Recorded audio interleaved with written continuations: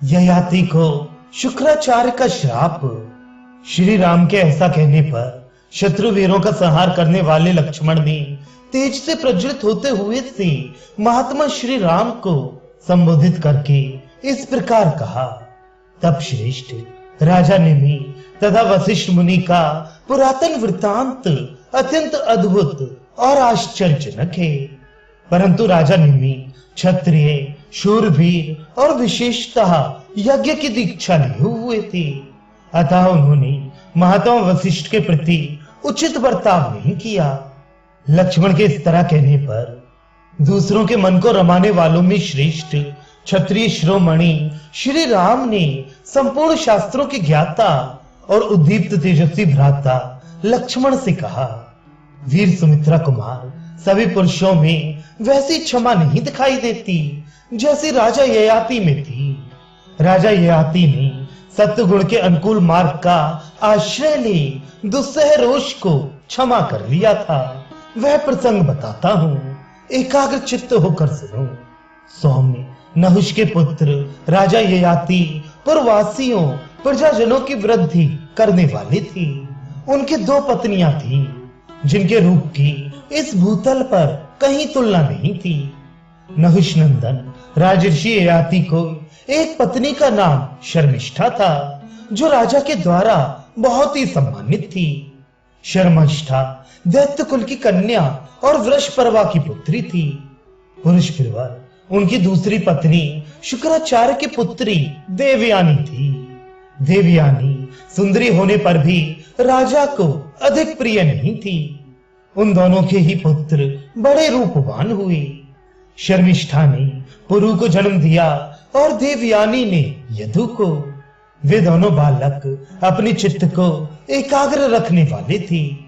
अपनी माता के प्रेम युक्त व्यवहार से और अपने गुणों से पुरु राजा को अधिक प्रिय था। इससे यदु के मन में बड़ा दुख हुआ। वे माता से बोले, माँ, तुम अनायास ही महान कर्म करने वाले देव स्वरूप शुक्राचार्य के कुल में उत्पन्न हुई हो, तो भी यहाँ हार्दिक दुख और दुस्सह अपमान सहती हो। अतः देवी, हम दोनों एक साथ ही अग्नि में प्रवेश कर जाएं। राजा दैत्य पुत्री शर्मिष्ठा के साथ अनंत रात्रियों तक रमते रहें। यदि तुम्हें यह सब कुछ सहन करना है तो मुझे ही प्राण त्याग की आज्ञा दे दो। तुम ही सहो, मैं नहीं सहूंगा। मैं निसंदेह मर जाऊंगा। अत्यंत आर्त होकर रोते हुए अपने पुत्र यदु की यह बात सुनकर देवयानी को बड़ा क्रोध हुआ और उन्होंने तत्काल अपने पिता शुक्राचार्य का स्मरण किया। शुक्राचार्य अपनी पुत्री की उस चेष्टा को जानकर तत्काल उस स्थान पर आ पहुंचे जहां देवयानी विद्यमान थी। बेटी को अस्वस्थ, अप्रसन्न और अच्छेद से देखकर पिता ने पूछा, वत्से, ये क्या बात है? उद्दीप्त तेज वाले पिता भृगुनंदन शुक्राचार्य जब बारंबार इस प्रकार पूछने लगे, तब देवयानी ने अत्यंत कुपित होकर उनसे कहा, मुनि श्रेष्ठ, मैं प्रज्वलित अग्नि या अगाध जल में प्रवेश कर जाऊंगी अथवा विष खा लूंगी, किंतु इस प्रकार अपमानित होकर जीवित नहीं रह सकूंगी। आपको पता नहीं है कि मैं यहाँ कितनी दुखी और अपमानित हूँ। ब्राह्मण वृक्ष के प्रति अवहेलना होने से उसके आश्रित फूलों और पत्तों को ही तोड़ा और नष्ट किया जाता है। इसी तरह आपके प्रति राजा की अवहेलना होने से ही मेरा यहाँ अपमान हो रहा है।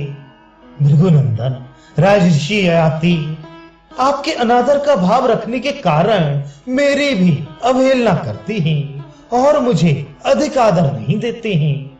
देवयानी की यह बात सुनकर भृगुनंदन शुक्राचार्य को बड़ा क्रोध हुआ और उन्होंने नहुष पुत्र ययाति को लक्ष्य करके इस प्रकार कहना आरंभ किया, नहुष कुमार, तुम दुरात्मा होने के कारण मेरी अवहेलना करते हो, इसलिए तुम्हारी अवस्था जराजीर्ण वृद्ध के समान हो जाएगी।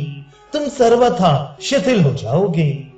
राजा से ऐसा कहकर पुत्री को आश्वासन दे महायशस्वी ब्रह्म ऋषि शुक्राचार्य पुनः अपने घर को चले गए।